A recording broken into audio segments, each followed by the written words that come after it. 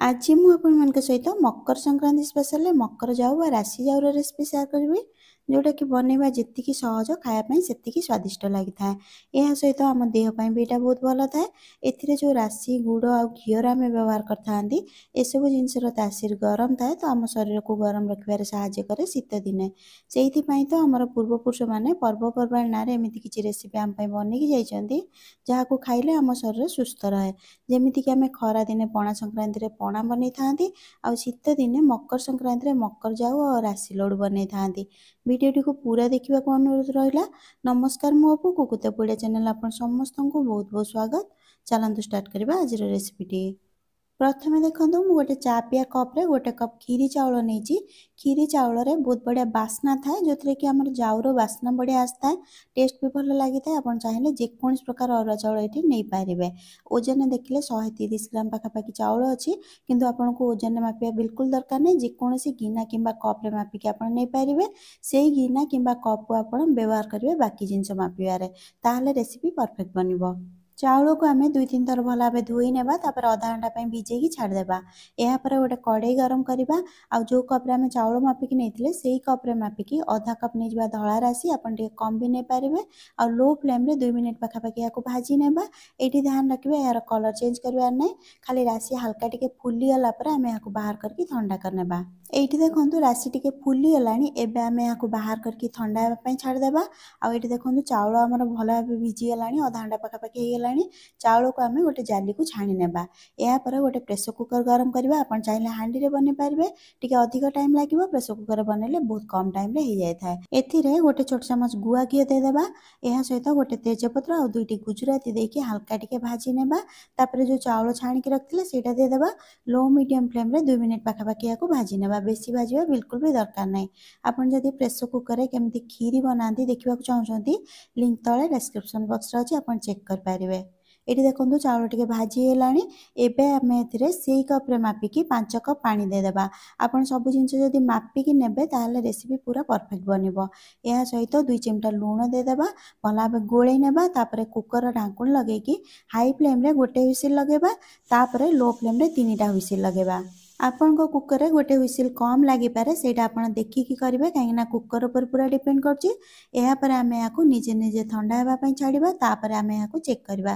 ଯେପର୍ଯ୍ୟନ୍ତ କୁକର ଆମର ଥଣ୍ଡା ହେଉଛି, ତା ଭିତରେ ଆମେ ରାଶିକୁ ଗ୍ରାଇଣ୍ଡ କରିନେବା। ଏଇଠି ଗ୍ରାଇଣ୍ଡ କଲାବେଳେ ଧ୍ୟାନ ରଖିବେ ପଲ୍ସ ମୋଡ଼ରେ କିମ୍ବା ରହି ରହିକି ଗ୍ରାଇଣ୍ଡ କରିବେ। ବେଶୀ ଗ୍ରାଇଣ୍ଡ କରିବେନି, ପୁରା ଦରଦରା କରିକି ଗ୍ରାଇଣ୍ଡ କରିବା। ଏଇଟା ଖାଇଲା ବେଳେ ପାଟିରେ ଟିକେ ଲାଗିଥିଲେ ଭଲ ଲାଗିଥାଏ। ଏବେ ଏହାକୁ ସାଇଡ଼ରେ ରଖିବା। ଆଉ କୁକର ଆମର ଭଲ ଭାବେ ଥଣ୍ଡା ହେଇଗଲାଣି, ଚେକ୍ କରିନେବା। ଏଇଠି ଦେଖନ୍ତୁ ପୁରା ପରଫେକ୍ଟ ସିଝିଛି, ଆଉ ପାଣି ଆମେ ମାପିକି ଦେଇଥିଲେ ସେଥିଲାଗି ତଳୁ ବି ଲାଗିନି। ଚାମଚରେ ଟିକେ ଏମିତି ଚକଟି ନେବା। ଏଥିରେ ଥିବା ତେଜପତ୍ରକୁ ବାହାର କରିନେବା। ଏହାର ବାସ୍ନା ଜାଉରେ ଆସି ସାରିଲାଣି, ଏହାର ଆଉ କିଛି ବି କାମ ନାହିଁ। ଭଲ ଭାବେ ଚକଟି ନେଲା ପରେ ଏଥିରେ ଗୋଟେ କପ୍ ପାଣି ଆଉ 2 କପ୍ କ୍ଷୀର ଦେଇଦେବା। ଏଇଠି ମୁଁ ସିଝା କ୍ଷୀର ନେଇଛି, କଞ୍ଚା କ୍ଷୀର ନେବେନି, କାହିଁକିନା ଆମେ ଆଗକୁ ଏହାକୁ ବେଶୀ ସମୟ କୁକ୍ କରିବାନି। ଯଦି ଆପଣ ହାଣ୍ଡିରେ କୁକ୍ କରୁଥିବେ, କ୍ଷୀର ଟିକେ ଆଗରୁ ଦେଇଦେବେ, ସେମିତିରେ ଆପଣ କଞ୍ଚା କ୍ଷୀର ବ୍ୟବହାର କରିପାରିବେ। ଭଲ ଭାବେ ଏହାକୁ ଗୋଳେଇ ଗୋଳେଇକି ଆମେ ମିଶାଇ ନେବା। ଗ୍ୟାସ୍କୁ ଅନ୍ କରିନେବା। ଆଉ ଏଇଠି ଗୋଟେ ଜିନିଷ ଧ୍ୟାନ ରଖିବେ, ଯଦି ଆପଣ ସାଙ୍ଗେ ସାଙ୍ଗେ ଗରମ ଗରମ ଜାଉ ଖାଇବେନି, ଥଣ୍ଡା କରିକି ଖାଇବେ, ତାହେଲେ ଆପଣ ଏଇଠି ଗୋଟେ କପ୍ ଜାଗାରେ 2 କପ୍ ପାଣି ଦିଅନ୍ତୁ, କାହିଁକିନା ଏଇଟା ଥଣ୍ଡା ହେଲା ପରେ ଆଉ ଟିକେ ବହଳିଆ ହେଇଯାଇଥାଏ। ଏଥିରେ କ୍ଷୀର ଦେବା ପୁରା ଅପସନାଲ୍ ଅଛି, ପାରମ୍ପରିକ ତରିକାରେ କ୍ଷୀର ଦିଆଯାଏନି। କ୍ଷୀର ଦେଲେ ଟେଷ୍ଟ ଟିକେ ଭଲ ଆସିବ, ସେଥିଲାଗି ମୁଁ ଦେଇଦେଉଛି। ଆପଣ ଖାଲି ପାଣିରେ ବି ବନେଇ ପାରିବେ। ଏବେ ଆମେ ଏହାକୁ ହାଇ ଫ୍ଲେମ୍ରେ ରଖିକି ଭଲ ଭାବେ ଗରମ କରିନେବା। ଯେତେବେଳେ ଜାଉ ଟିକେ ଭଲ ଭାବେ ଗରମ ହେଇଯିବ, ଆମେ ଏଥିରେ ସେଇ କପ୍ରେ ମାପିକି ଗୋଟେ କପ୍ ନଡ଼ିଆ କୋରା ଦେଇଦେବା। ଆପଣ ଟିକେ କମ୍ କିମ୍ବା ବେଶୀ କରିକି ବି ଦେଇପାରିବେ। ଏହା ସହିତ ଯେଉଁ ରାଶିର ପାଉଡ଼ର ବନେଇକି ରଖିଥିଲେ ସେଇଟା ଦେଇଦେବା। ଆଉ କିଛି ଭଜା କାଜୁ କିସମିସ୍ ମୁଁ ଦେଇଦେଉଛି, ଏଇଟା ଖାଲି ଟେଷ୍ଟ ବଢ଼ାଇବା ପାଇଁ। ଏଇଟା ବି ପୁରା ଅପସନାଲ୍ ଅଛି। ବିନା କାଜୁ କିସମିସ୍ରେ ବି ଏଇଟା ବହୁତ ବଢ଼ିଆ ଲାଗିଥାଏ। ଆପଣ ଥରେ ବନେଇକି ଦେଖନ୍ତୁ। ଏବେ ଆମେ ଏହାକୁ ଭଲ ଭାବେ ଥରଟେ ଗୋଳେଇ ନେବା, ଆଉ ଲୋ ଫ୍ଲେମ୍ରେ 2ରୁ 3 ମିନିଟ୍ ପର୍ଯ୍ୟନ୍ତ ଭଲ ଭାବେ ଏହାକୁ ଫୁଟେଇ ନେବା। ଏଠି ଫ୍ଲେମ୍କୁ ଲୋରେ ରଖିବେ, ନହେଲେ ତଳୁ ଲାଗିଯିବ। ଏଇ ଷ୍ଟେଜ୍ରେ ଯଦି ଆପଣଙ୍କୁ ଲାଗିବ କି ଜାଉ ବେଶୀ ବହଳିଆ ହେଇଯାଇଛି, ତାହେଲେ ଆପଣ ଗରମ ପାଣି କରିକି ଏଥିରେ एथिरे देकी भी फुटे पारिबे। एइठी देखंतु जाऊ फुटिबाकू लागिलाणी। एबे आमे एइठी फ्लेम को पूरा लो को करनेबा तापर एथिरे गुड़ देबा। एइठी ध्यान रखिबे गुड़ देला बेले आपण सबुळे फ्लेम को लो रे रखिबे नहले आमे एथिरे क्षीर देइछंती बेले बेले क्षीर छिड़ी जायता। जदि आपण बिना क्षीर बनेइछंती फ्लेम अधिक थिले भी चलिबो। आउ एइठी मु सेई कप रे मापिकी 1.5 कप गुड़ नेइछि। आपण टिके कम किंबा बेसी करिकि नै पारिबे।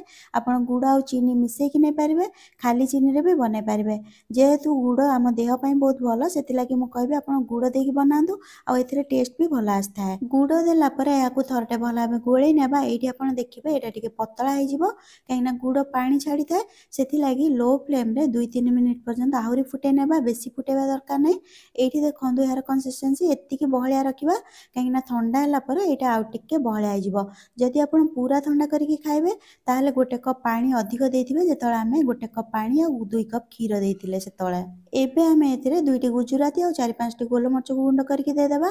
गैस को बंद करिकि देबा। एमती लास्ट रे देइथिले बेसी भलो वासना आस्ताय। एहा सहित 1 छोट चमच गुआ घिओ दे देबा। आपण चाहिले 1 बड़ चमच गुआ घिओ दे पारिबे। घिओ टिके अधिक देले भलो लागि थाए आ लास्ट रे एमती घिओ देले बेसी भलो वासना आस्ताय। रेसिपी को थोड़े ट्राई करिकि देखंतु। आशा करिबे आजिर रेसिपी आपनको भल लागिथिबो। जदि भल लागिथिबो गोटे लाइक करंतु। निज फ्रेंड्स और फैमिली सहित याको शेयर करंतु। चैनल रे नुआ थिले चैनल को सब्सक्राइब करंतु।